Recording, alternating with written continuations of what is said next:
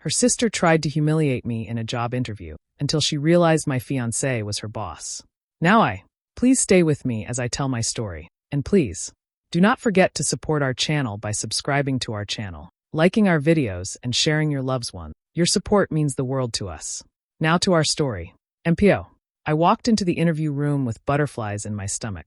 The company was well known, the position was perfect, and I had prepared for days. I smoothed my skirt, took a deep breath, and stepped inside. That's when I saw her. Sitting confidently behind the desk was my fiancé's sister, Rebecca. Her eyes locked on mine, and a slow, smug smile spread across her face. The air shifted. I felt like I had walked into a trap. She hadn't told anyone in the family she worked here, and I had no idea this was where she ended up after our last awkward encounter. Rebecca never liked me. From the moment I started dating her brother, she made it clear I wasn't their type. Not classy enough, not connected enough, not good enough. It had been months since we last spoke, and things had been cold ever since I got engaged to her brother. She didn't say anything about knowing me, just welcomed me with a fake tone and motioned to the chair. The questions started off normal, then changed. She asked about gaps in my resume, tried to twist my answers, and even suggested I exaggerated my experience. Her tone was sharp, her expressions smug. It wasn't an interview, it was a takedown, but I didn't flinch. I smiled politely, answered clearly, and held my posture. I knew what she was doing, and I wasn't about to give her the reaction she wanted. Halfway through, the door opened. A tall man walked in, holding a folder. My fiancé, Ethan. My heart jumped. His eyes scanned the room, pausing on me, then shifting to his sister. You could see the confusion flicker, then realization. Everything going okay in here? He asked, calm but firm. Rebecca's face went pale. She stuttered something about standard questions, but Ethan raised an eyebrow. Is that so? He glanced at the folder in his hand. Because I've read the questions HR prepared, and this doesn't look standard. I sat silently as Ethan walked over, resting a hand gently on my shoulder. This is my fiancé, he said to the HR rep who had followed him in, and she deserves to be treated with respect, just like every other applicant. Rebecca tried to laugh it off, but the tension in the room made it impossible. Later, HR pulled Rebecca aside. I wasn't told the outcome, but I didn't need to be. The look on her face said it all. I didn't just get the job. I got the satisfaction of seeing Karma walk into a room wearing a tailored suit. The interview started off smooth. Rebecca, sitting across from me with a professional smile, welcomed me to the room and offered me water. She seemed polite, maybe even too polite. At first, I wondered if she didn't recognize me, or if she was pretending not to. But then, her eyes narrowed ever so slightly when I introduced myself. That's when everything changed. The warm tone faded. Her questions became sharp, her smile tight. She stopped looking at my resume and started looking through me. Rebecca always thought I wasn't right for her brother. She used to make subtle comments at family dinners about how some people don't understand real ambition or how family names still matter. I had learned to ignore her. But now, here she was holding my future in her hands, or so she thought. She picked at my resume, questioning decisions, doubting my skills, smirking when I answered. You really think managing a small team at a startup is comparable to a division here? She asked, tilting her head. Her words were dressed up as curiosity, but laced with contempt. Still, I didn't react. I kept my voice steady, my responses sharp, my expression calm. I knew her game. I wouldn't let her see me flinch. With every question, I delivered facts, examples, results, clean and confident. And deep down, I could feel her frustration building. Then the door opened. Ethan stepped in, holding a takeout bag. Hey, I thought I'd surprise you with lunch, he said casually, walking up. The moment he saw Rebecca, his smile dropped. You're doing the interview. She froze. Just helping out HR, she replied quickly, sitting up straighter. Ethan looked at me, then at her. His eyes narrowed. Did she know this was for my fiancé? You could hear a pin drop. Her face turned red. I didn't. Well, I recognized her once we started. Funny, Ethan cut in. Because she told me this morning how excited she was for this interview. And now I find out you've been trying to corner her with ridiculous questions. Rebecca looked around like she might disappear into the chair. HR staff in the hallway had started peeking in. This isn't just unprofessional, Ethan continued. It's pathetic. Rebecca opened her mouth, then closed it again. I stood, smiled politely, and looked her in the eyes. Thanks for your time. I think we're done here. An hour later, I got the call. The job was mine. And the illusion Rebecca held about being untouchable? That shattered right there, along with her pride. I was recommended for the position by my fiancé, Ethan, who also happened to be the COO of the company. He didn't pull strings. He just believed I was qualified. I agreed to apply, on the condition that everything stayed professional. He respected that. When I arrived for the interview, I had no idea who would be sitting across from me. What I didn't expect was Rebecca, Ethan's sister. She didn't recognize my name on the schedule, or maybe she didn't expect me to apply at all. But when I walked in, the flicker of recognition in her eyes told me everything. Still, she kept her composure. For the first 5 minutes, Rebecca had a reputation around the company. Several women in HR had mentioned her pattern. Friendly at first, then cold, controlling, and always trying to block strong female candidates. I never imagined I'd end up on her list. Her tone shifted. She began picking apart my resume, questioning my leadership style, and scoffing at my previous roles. "Seems like you've only worked at smaller companies," she said, like it was a weakness. "This role might be a bit much for someone without big league experience." I kept my expression neutral and played along. I acted unsure, even slightly nervous. I wanted her to feel like she was winning. Then the panel portion of the interview began. 2 more executives walked in, and then Ethan. Rebecca's face drained of color. Her eyes darted between us as Ethan took his seat at the table, glancing briefly at her, then at me. He gave nothing away. The interview resumed. I answered questions smoothly, professionally, confidently. I could see Rebecca sweating. Her earlier digs suddenly looked petty under the eyes of the full panel. After I finished my presentation, Ethan leaned forward. "Before we wrap up," he said calmly, "I'd like to address something." He looked at Rebecca. "Your line of questioning in the private session, was that aligned with our hiring protocol?" She fumbled, searching for words. "I was just testing her adaptability." "Interesting," he replied, glancing at the HR rep who had joined the panel. "Because this candidate outperformed every benchmark we've set. And she also happens to be my fiancé." Gasps. Silence. Rebecca froze. Any authority she thought she held evaporated. Ethan turned to the panel. "I fully support her hiring, not because of who she is to me, but because of what she just proved in this room." A week later, I started the job. Rebecca avoided eye contact from then on. She had tried to block my path. Instead, she built the stage where I took my first step toward leadership. The moment I saw Rebecca sitting in the interview room, I knew things wouldn't go smoothly. She was my fiancé's sister, and we had never truly gotten along. Our relationship had always been tense. Fake smiles, forced hugs, and silent dinners. She had a habit of looking down on me, especially after I got engaged to her younger brother. She worked in HR and had senior hiring power. From what I had heard, she used it like a weapon. People whispered about how she made things difficult for applicants she didn't like, especially women she felt threatened by. I hoped she'd act professional. She didn't. The questions started off normal, but quickly became something else. She disguised her attacks as concern, saying things like, "You seem overwhelmed by big teams. Are you sure you're ready for leadership?" Or, "You don't seem confident in your background, am I wrong?" I felt a burn rising in my chest, but I stayed quiet. What she didn't know was that before I walked in, I had pressed record on my phone. In my state, it was legal to record conversations without the other person's knowledge, as long as I was part of the conversation. And I was.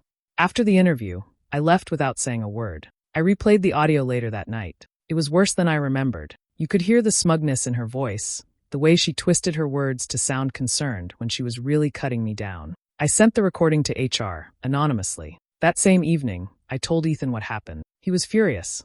Without hesitation, he called the head of corporate and sent a copy of the recording. Within hours, an investigation was launched. Rebecca was suspended pending review. The following week, I got a call from the company. They offered me a different role, higher than the one I applied for. Apparently, others on the team had already been rooting for me, and the situation only pushed the decision forward. As for Rebecca, she was brought into a meeting with corporate, Ethan, and legal. She was given 2 options: issue a formal apology and go through mandatory retraining, or resign. She chose to stay, but things were never the same. The smugness disappeared. At the next family gathering, she quietly approached me and muttered, "Sorry for how things went." I just smiled. She thought she was breaking me. She didn't realize she was drafting her own resignation letter. With every word, Rebecca thought she was clever. She arranged to be the only interviewer for my final round, making sure I didn't know it would be her until I walked in. It felt like an ambush, but I had a feeling she'd pull something like this. So I came prepared, calm, confident, and ready for anything. She barely greeted me,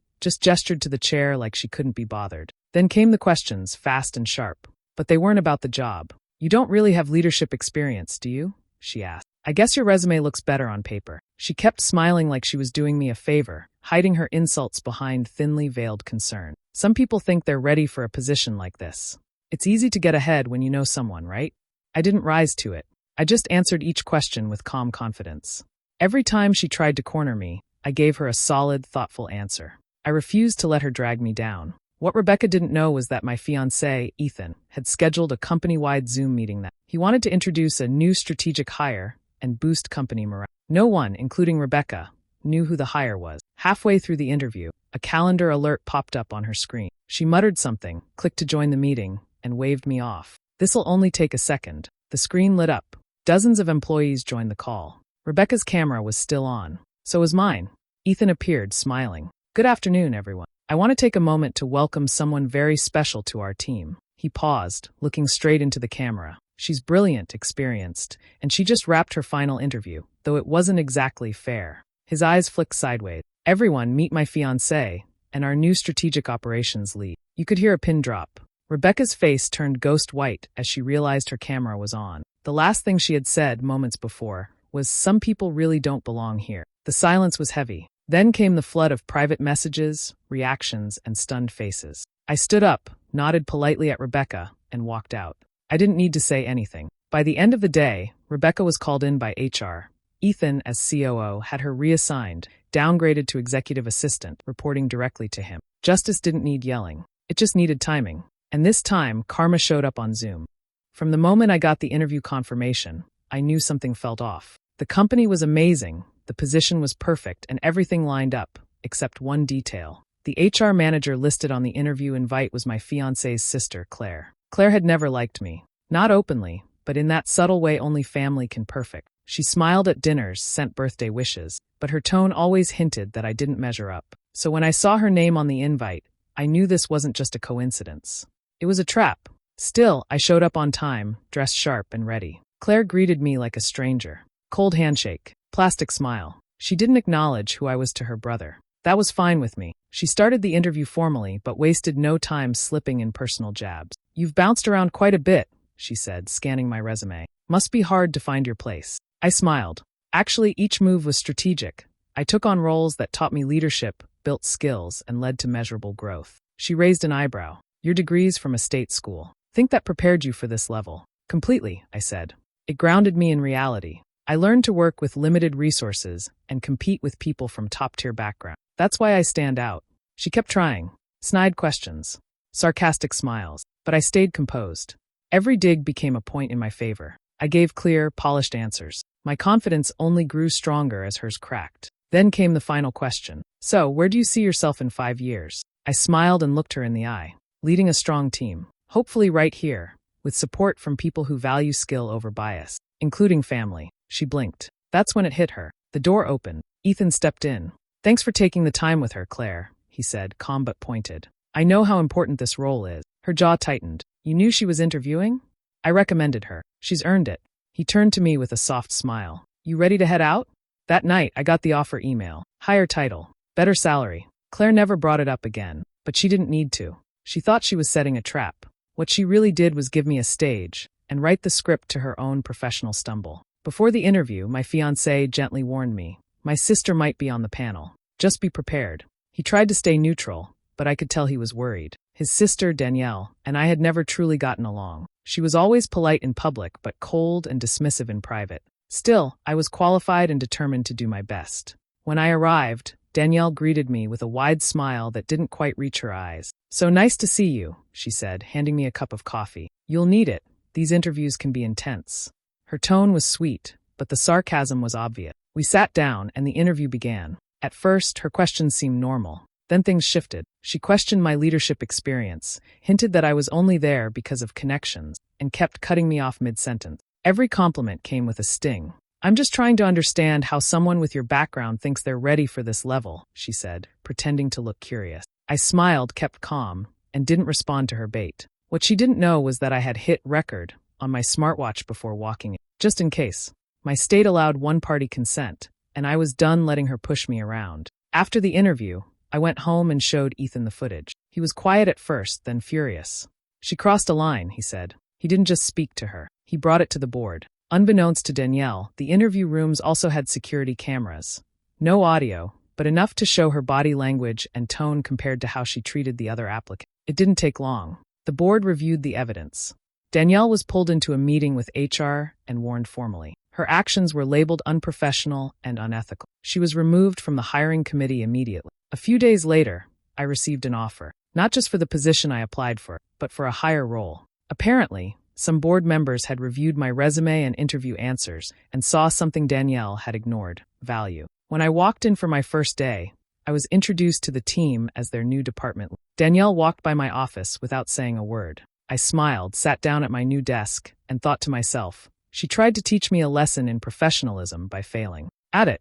Claire always acted like she ran everything. In the family, in conversations, and definitely in her job. She worked in HR at a company I admired and had long dreamed of joining. When a position opened that perfectly matched my experience, I applied without hesitation. What I didn't know was that Claire saw my name and immediately tried to block the application. She didn't realize that the hiring manager had already fast-tracked my resume after a referral from someone in leadership, my fiancé, Ethan. Despite Claire's efforts, I was called in for an interview. When I walked into the room and saw her sitting across the table, her eyes widened for a split second. Then she smiled that sharp smile she always wore when she was about to start trouble. The questions were brutal from the start. Interesting choice of outfit, she said, scanning me from head to toe. A little bold for this role, don't you think?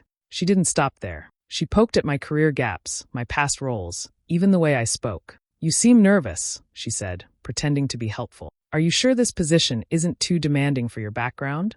I stayed calm. I answered every question with confidence, clarity, and examples of real results. I refused to give her the reaction she wanted. Midway through the interview, the door opened. Ethan walked in, late to the panel as scheduled. The moment Claire saw him, her face drained of color. He nodded politely at the other panelists, then sat down beside her. Sorry I'm late. Looking forward to hearing more, he said, glancing knowingly at. Claire shifted in her seat, suddenly quiet. The other panel members began asking more questions, and I focused completely on them. I gave strong, thoughtful responses. I even made them laugh once with a story about leading a tough project to success. By the end, they looked impressed. Claire, however, looked like she had seen a ghost.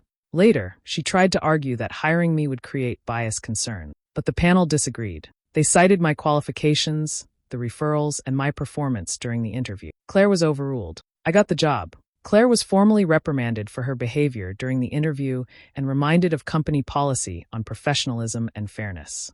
I heard from someone in HR that people had quietly started calling her HR's problem. It stuck. She tried to gatekeep the door to my future, but ended up locking herself out of her own credibility. I applied for the job anonymously through a recruiter. I didn't want special treatment, just a fair shot. The role was a perfect fit: senior operations, a team I could lead, and a company with real growth. What I didn't know was that my fiancé's sister, Melissa, worked in HR, and she'd been quietly trying to block me since the day she found out I was dating her brother. After 2 rounds of interviews, I got shortlisted for the final round. That's when Melissa recognized my name on the list. She immediately tried to have me disqualified, claiming a conflict of interest. She told the team I lacked the experience and that better candidates were available. But Ethan, my fiancé, got wind of it, and he wasn't having it. He stepped in and demanded that everything be handled transparently. He told the board that Melissa had a personal bias and asked for the interview footage to be reviewed. Fortunately, all interviews were recorded by policy. The board agreed. They watched the full session, and what they saw shocked them. Melissa had asked leading, inappropriate questions and repeatedly interrupted me, even rolling her eyes at one point. But what stood out most was how I responded. Calm, clear, composed. I never once lost my professionalism. One board member even said, she handled that better than most of our current management. Melissa had also lied in her written notes, saying I gave vague answers and lacked vision. The video proved otherwise. The board called an emergency meeting. Melissa was stripped of her senior HR title and reassigned to a low-level admin role under supervision. 2 days later, I received an official offer, not just for the position I applied for, but with an added bonus and leadership track built in. Over the next few months, I was promoted again, leading 2 major projects to success and gaining full trust from upper management. Then came the moment I didn't expect. During a quarterly team meeting, Melissa stood awkwardly in the back. After the session ended, she walked up to me, eyes down. Congrats on everything, she mumbled, forcing a half smile. I nodded politely, thanks, Melissa. She tried to ruin my career, but in the end, her own behavior did the damage. I didn't have to fight dirty. I just had to show up and let the truth speak for itself. The moment I walked into the interview room, I felt the shift in energy. Sitting at the table was my fiancé's sister, Lila. She didn't smile, just nodded and said, let's begin. I had expected tension, but I didn't expect her to make it personal so quickly. Her first few questions were stiff but professional. Then came the backhanded compliments. You've come so far for someone like you, she said, flipping through my resume. You must have had help along the way. I smiled politely. Hard work helps a lot. She didn't stop. Not many people from your background end up here. It's refreshing. I kept calm. I knew what she was doing, trying to rattle me, to make me feel small. But what she didn't know was that the final round would be hosted by someone she couldn't manipulate, my fiancé, Daniel, the CEO. I answered every question clearly. I didn't defend or argue. I let her words hang in the air, making her own bitterness more obvious. When the final round started, Daniel entered the room with 2 HR managers. Lila froze the second she saw him. He nodded at her, then looked at me with a soft smile only I understood. The questions shifted to leadership, strategy, and long-term plan. I answered with confidence, backed by real results and metrics. Then came the moment that changed everything. Lila tried one last dig. So where do you see yourself if you get this role? I smiled, helping lead this company forward, building something lasting, with support from people who believe in growth, no matter where someone starts. Especially when they're part of the family. Lila blinked. The room went still. Daniel chuckled, then said, Thanks for helping with the process, Lila. I know it must be a little strange interviewing my future wife. One of the HR managers clapped softly. The others followed. Lila didn't speak. Her face said everything. Later that day, I got the offer, official, generous, and with a welcome message from the board. Lila avoided me after that. She never apologized, never acknowledged what happened. But it didn't matter. I didn't need an apology. In the end, she learned the truth the hard way. I didn't need her approval. I had earned my place with Or. Without her smile,